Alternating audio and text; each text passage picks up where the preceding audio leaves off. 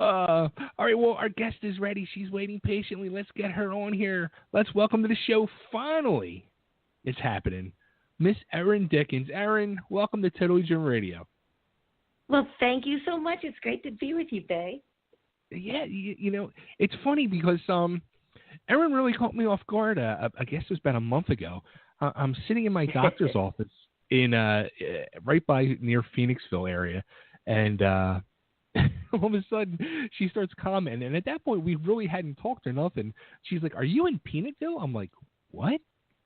I'm like, you totally had me lost and confused. Well, Peanutville, that's a good name for Phoenixville, don't you think? You know what? I like Peanutville better. I truly do. Yeah, me too.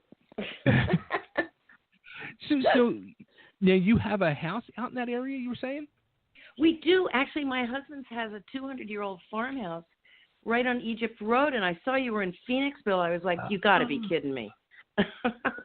And that's right where I was. I was right on, I think that's Egypt Road right there. I was like literally right off of right off 422, right by the Oaks Convention Center. Yeah. Too funny, right? That's wild. That happened to me once before. I did an interview with All About Jazz, which is a real big jazz website. And a reviewer had called, this was my last CD several years ago, and he had called and he said, I'd love to do an interview with you. Let's set up a time.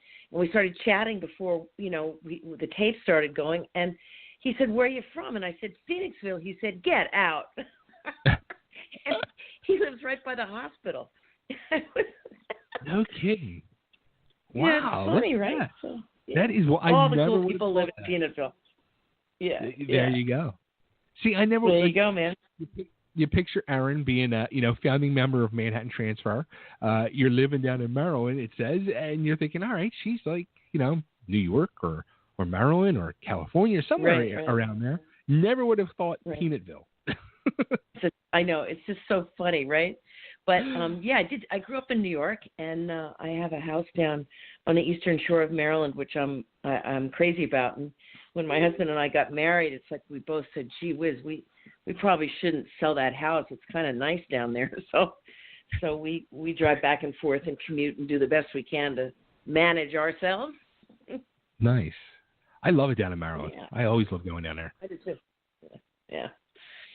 That's awesome. Well, they call it the land of pleasant living. The land of pleasant living.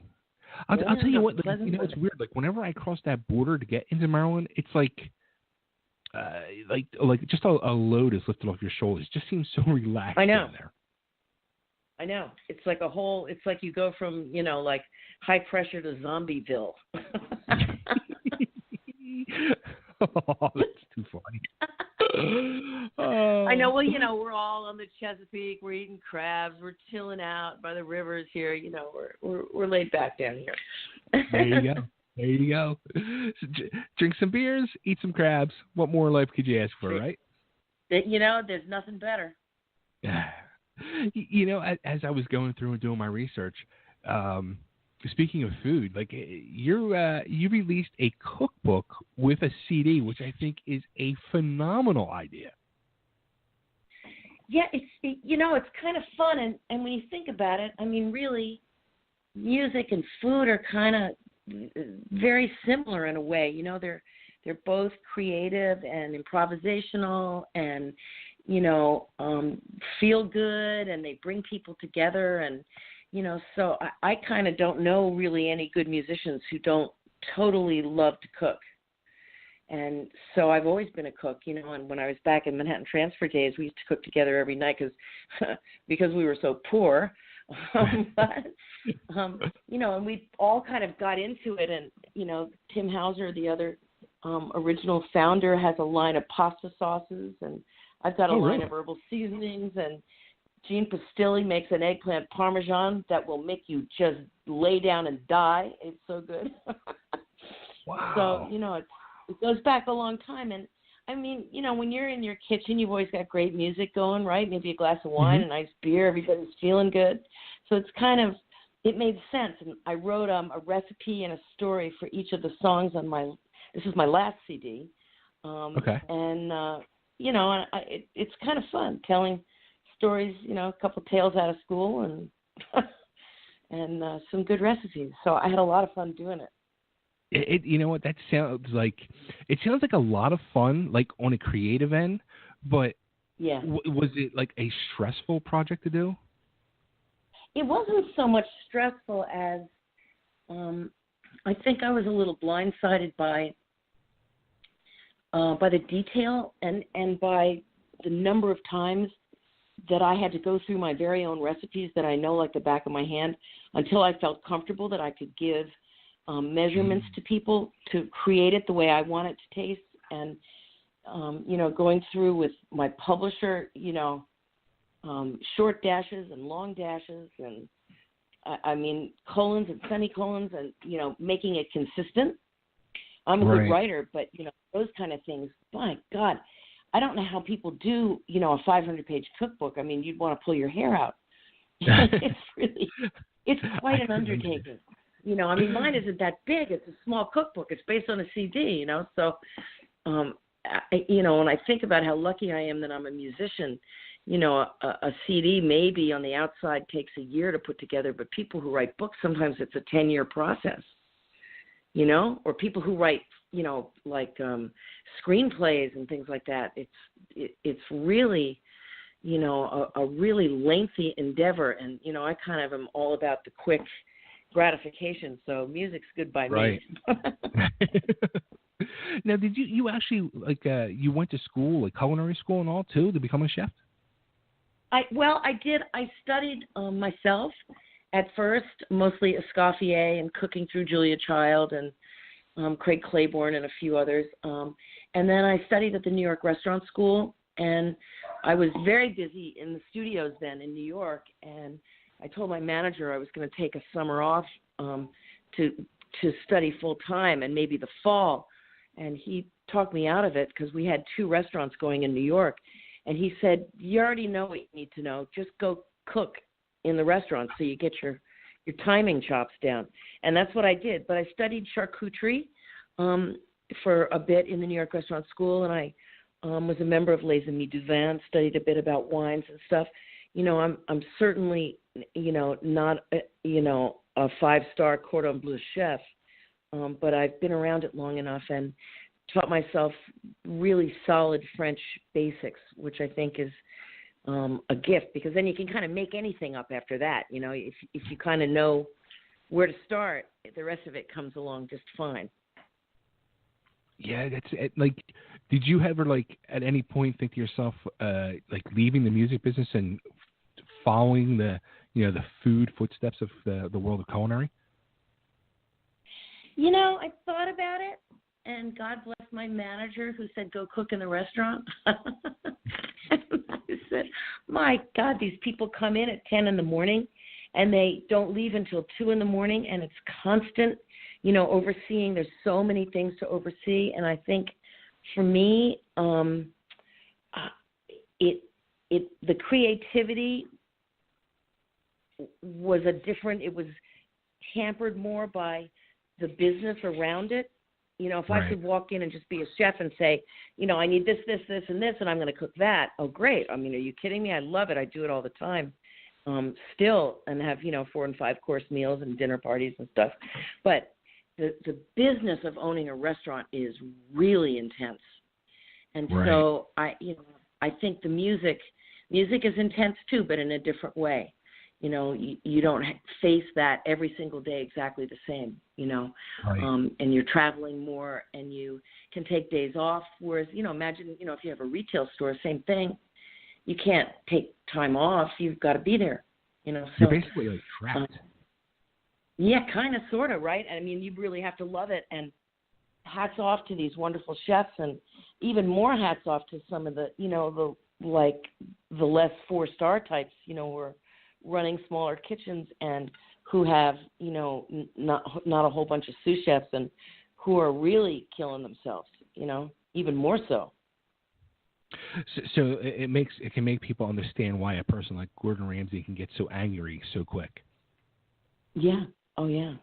I read this great book. I can't remember. I should look up the writer while I'm on the phone with you. If you're into cuisine, read a book called Sous Chefs. it is just a blow by blow of what it is like to be in a fine dining, top quality restaurant. Holy cow, it's an eye opener. It's really great. It was a great book. I devoured it, and it made me ever so happy that I was a singer.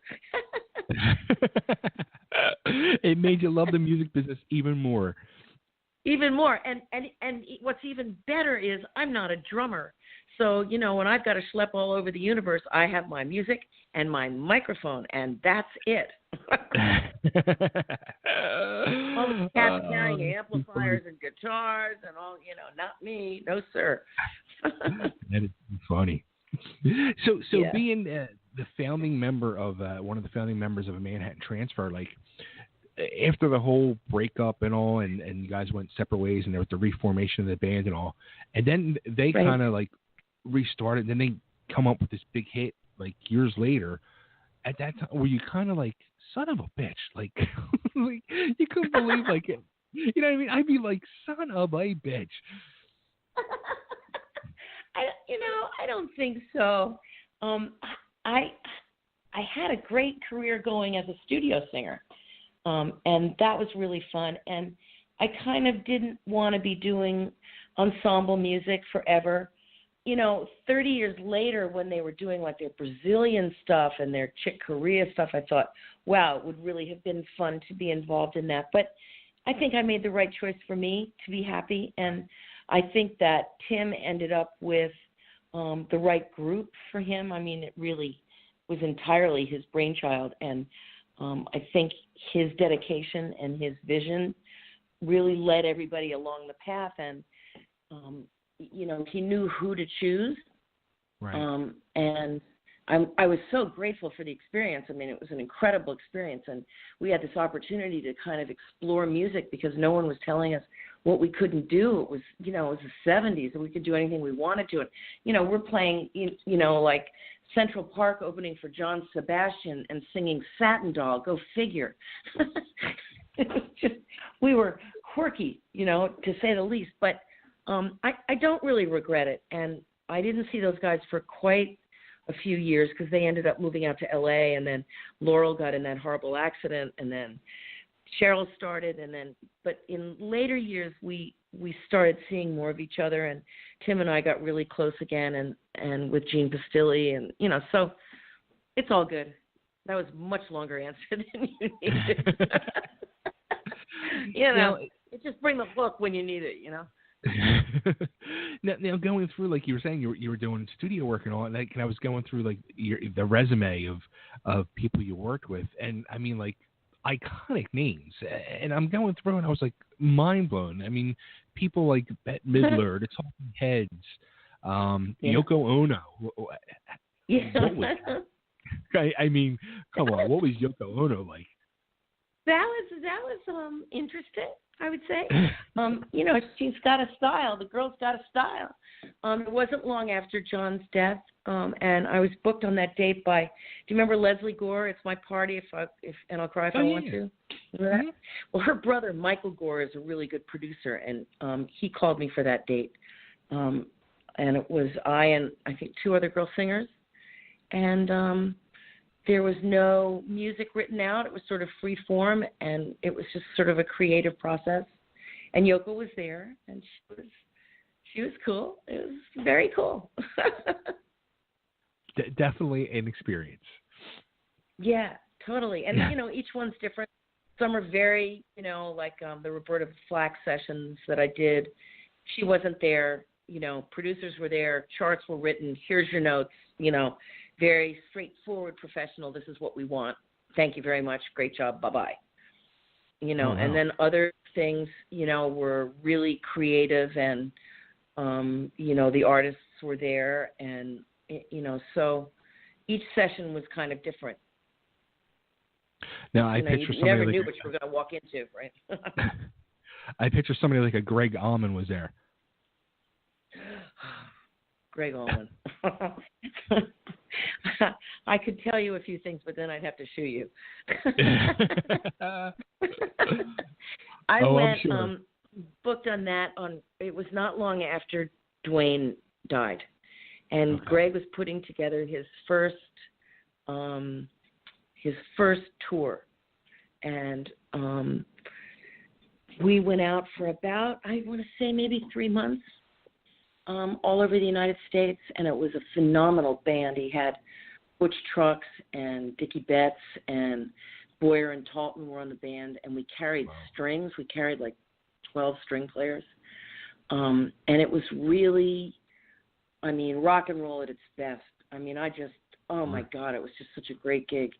You know, and it was colorful. Colorful is a good word. Oh.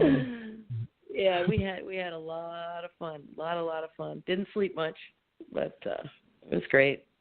That's fun. How about Bette Midler? Bette actually was a kind of a good friend of mine. I only sang on one of her records,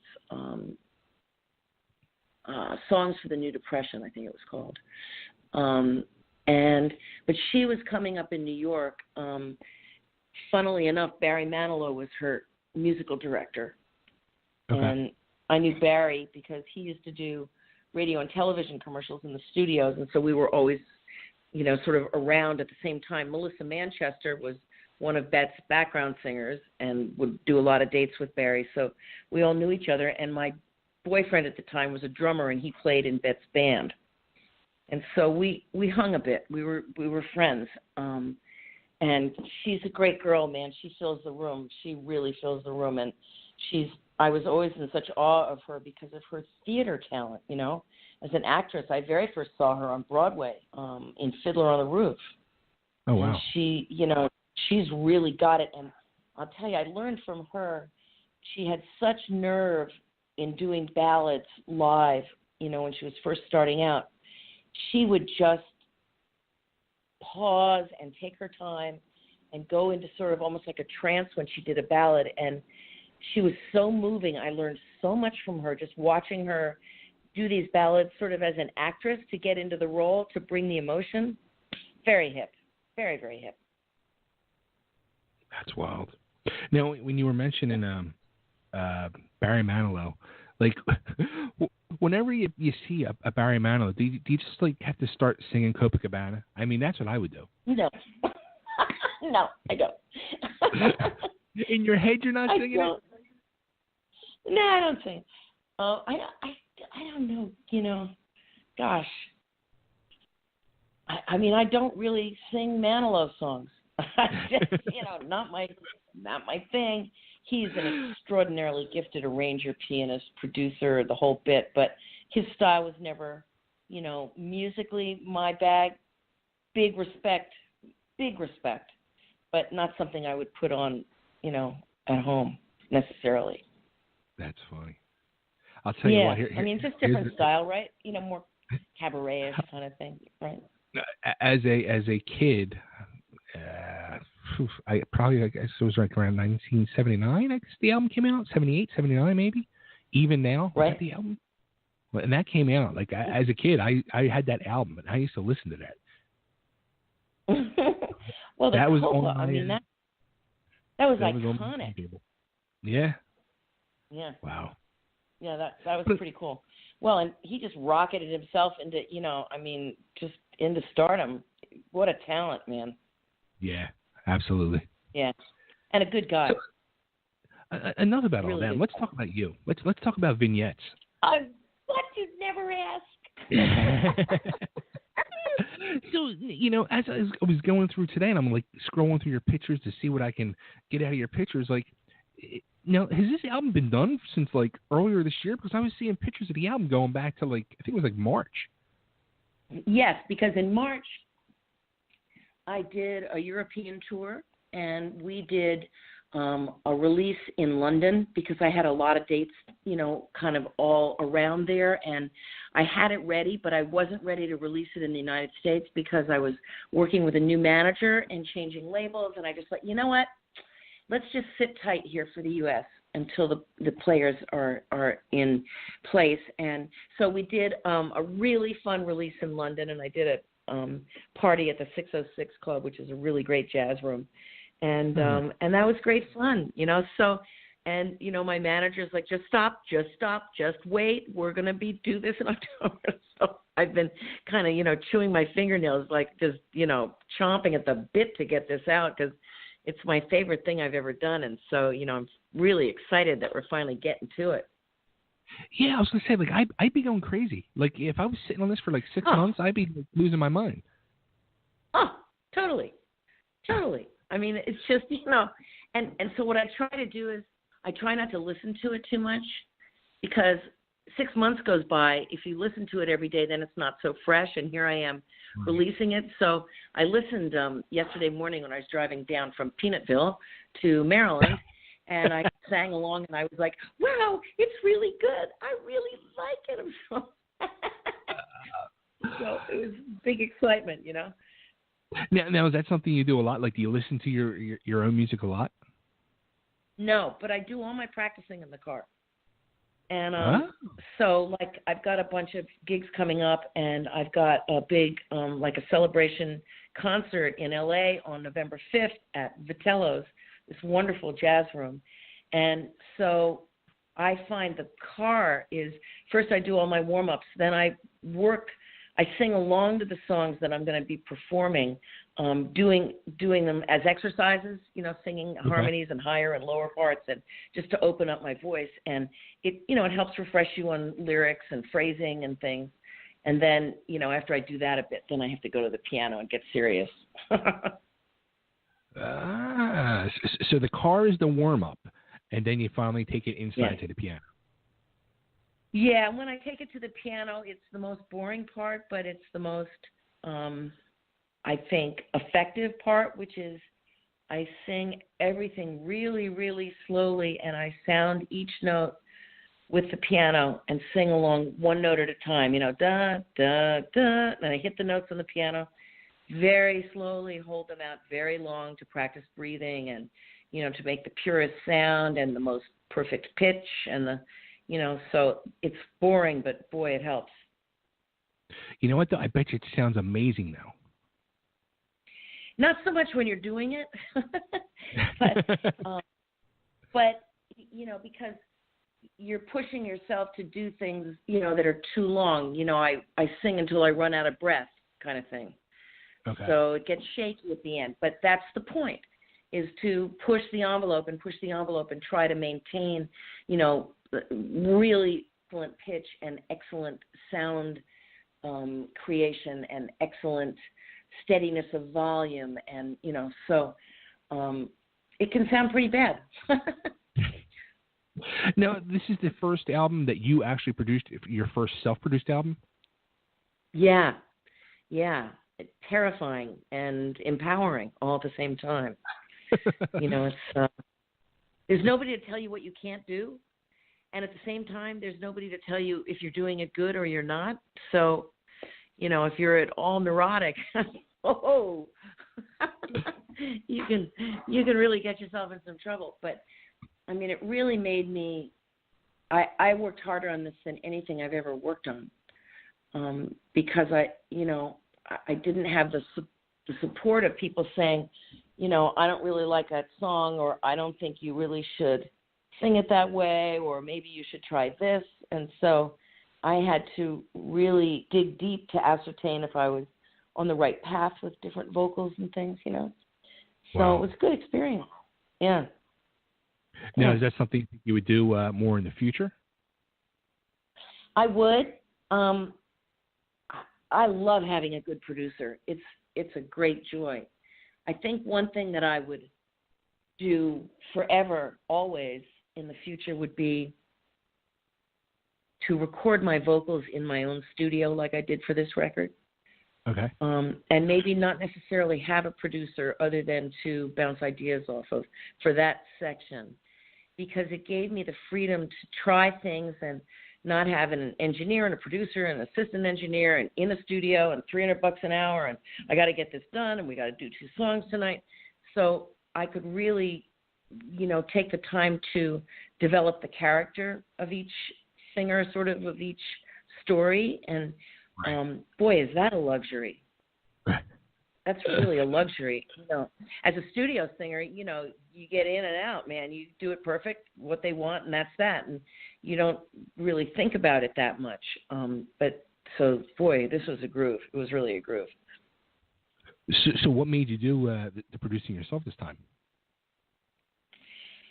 I wanted to work with all these wonderful musicians whom I've known all the years, and it wouldn't be a project that would necessarily appeal to a producer, because each song, I called it Vignettes because each song is a vignette. It's a collaboration with one guy, and I wanted the musician's voice to be as important as mine, so we created sort of a new voice together, and each style is completely different. And we recorded in Honolulu and in Austin, Texas, and in Nashville and London and Miami, New York. It was just crazy. So you'd be hard-pressed to find a producer who'd be willing to do that dog and pony show, And it also enabled me, I knew that if I called these musicians, who are so talented, that nobody would leave the room until the track was phenomenal. So I didn't have to really be a genius producer right there. I just had to listen and come up with ideas and, collaborate. And then, I had to trust myself on my vocals, and I made sure that the engineers at each studio didn't do any kind of an imprint, no effects, no compression, no anything, just a clean line, pure instrument. And I did the same with my voice, and we sent everything off to London to a wonderful mixing engineer named Wes Mabe. And then Wes colored it so that it all had the same vibe sonically. So it tied it together. It sounds amazing. It really does. It was pretty cool. So now it actually comes in now officially next week, October 20th. Yep. So it'll be finally available here in the States. Is there going to be like any video or anything like that? You going to go that route with anything, or? I'm working on a couple of things right now. I don't think they'll be ready by then because my favorite videographer in the world just had a baby, so she's on slow go. But I probably will have 2 coming out in the next few months. Nice. And we're already up on Amazon and iTunes and, the usual haunts, my own website or CD Baby. And so it's available now. And then we're going to do a long weekend in LA, just kind of, having a big time, singing some and doing some television and radio and stuff. And then we'll look to probably starting in the spring, doing some more dates in Europe and just kind of marching along, Yeah, I was seeing, like, you spent a lot of time over in Europe. I was like, wow, that must be amazing. Yeah, not a hardship. Oh, that's great. So what's the choice? Europe or Peanutville? What's it? Oh, Europe or Peanut? I like them both, but Europe is just lovely, and they love jazz so much and support jazz, and the musicians are great, and I've made some good friends now, and so when I go over, I usually go to Holland and Germany and the UK. And I've got, an agent over there and cats I like to play with. And so, it's great fun. And then my husband comes kind of when he can, usually at the end of a stint, so he'll come for the last night and then we'll stay a couple days and hang. It's great fun. Nice. Yeah, make like a little vacation out of it. Working vacation. Yeah. Very nice. Cool. So, all right. So everybody can go to the website. They can go to erindickensmusic.com. And they can get it there. Right. Or they can go to Amazon, CD Baby, I would imagine iTunes. iTunes for sure. Absolutely. Yep. As absolutely. You said. And if you go to my website, even if you have bought it on Amazon or on iTunes, there is right on the home page, there's a link that you can click. There's a picture of, it says click here for the digital booklet, and you can download a wonderful booklet that tells about each song and each musician and where we recorded and a little bit about them. And so it's kind of fun. So I would say even, if you buy it on Amazon or CD Baby or wherever you buy it, do buzz by the website and download the booklet for free. Yeah, like those things are so important with music because, that's kind of like the whole vinyl feel where you can actually like sit there with the vinyl album and read the things and look at the pictures a lot more clearer than a little like CD booklet. I know. I'm so glad vinyl's coming back. I really missed that. When I was growing up, you did the same thing? I wore the grooves out on my records. And I would sit holding the covers and the sleeves, and I would read it over and over again and look at the pictures. It was so cool, So nice to see vinyl's making a little resurgence. It's huge in Europe, and can imagine. And here too. There's to get into disc makers to do a vinyl pressing. It's a 90-day wait after you can deliver a master to them. It's a 90-day wait to get on the presses. Isn't that wild? You know what? I hear the complaint a lot. I hear the complaint that it takes a long time now to do it, surprisingly, and it's very expensive. Oh, it's terrible.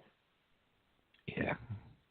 It's terrible. Crazy. But, you can charge more for them, so you can cover your costs. And frankly, in Europe, an awful lot of people never even open the album. They keep it, as a collector's item, and you give them a digital download code that then they can go download the waveforms and listen. But a lot of guys they don't even open the cover. It's wild. Yes, like it's kind of become like I would be the same way because it's like art now.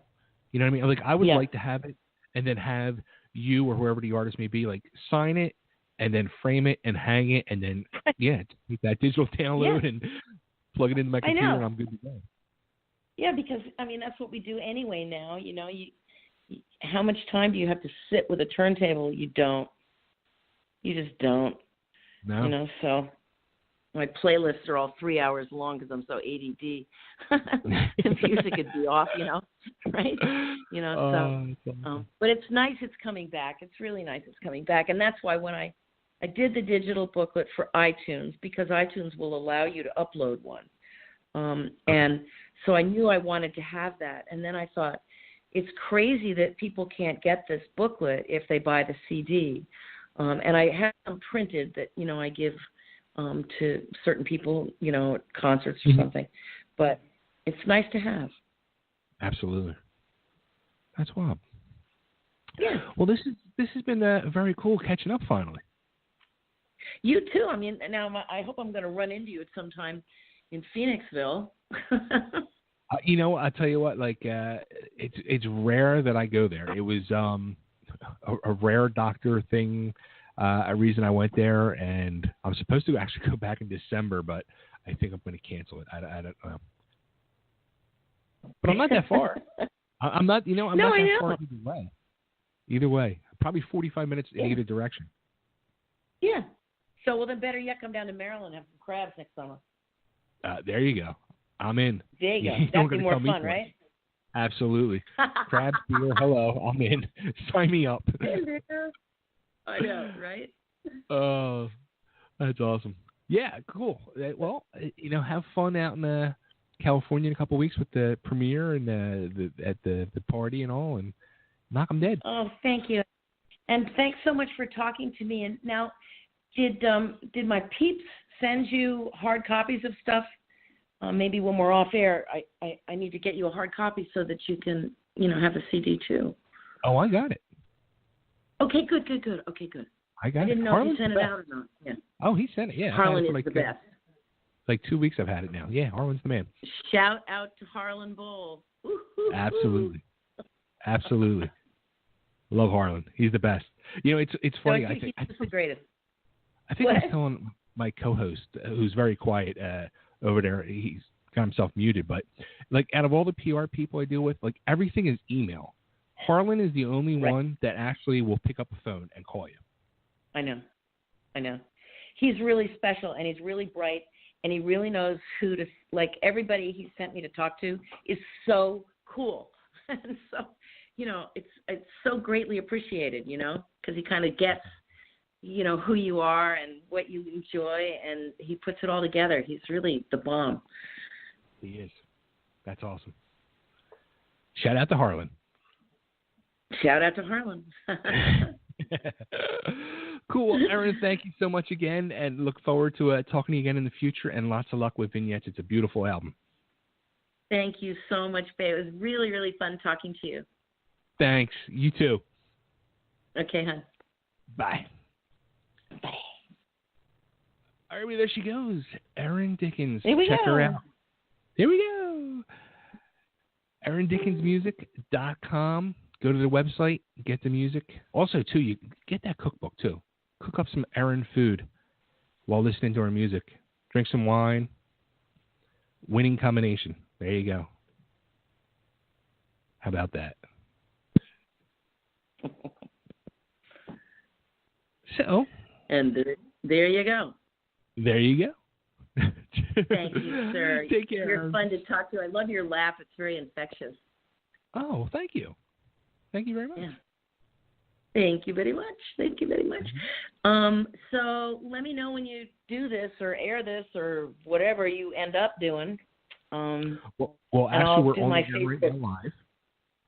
Great. And the link for the show, it can be used for replay. And then at some point, probably in the next 24 to 48 hours, it'll be up on YouTube as well. So you'll be out there multiple times. Do my Facebook thing. Absolutely. Great. All right, my friend. All right. Thanks, Erin. Okay. Talk soon. Take care. Bye. Okay, bye. All right, there she goes. Again, Erin Dickens. Super cool. I love that whole idea with a cookbook and a CD album. Right. I mean, when I was reading that, I was like, that's such a brilliant idea because it really does go together.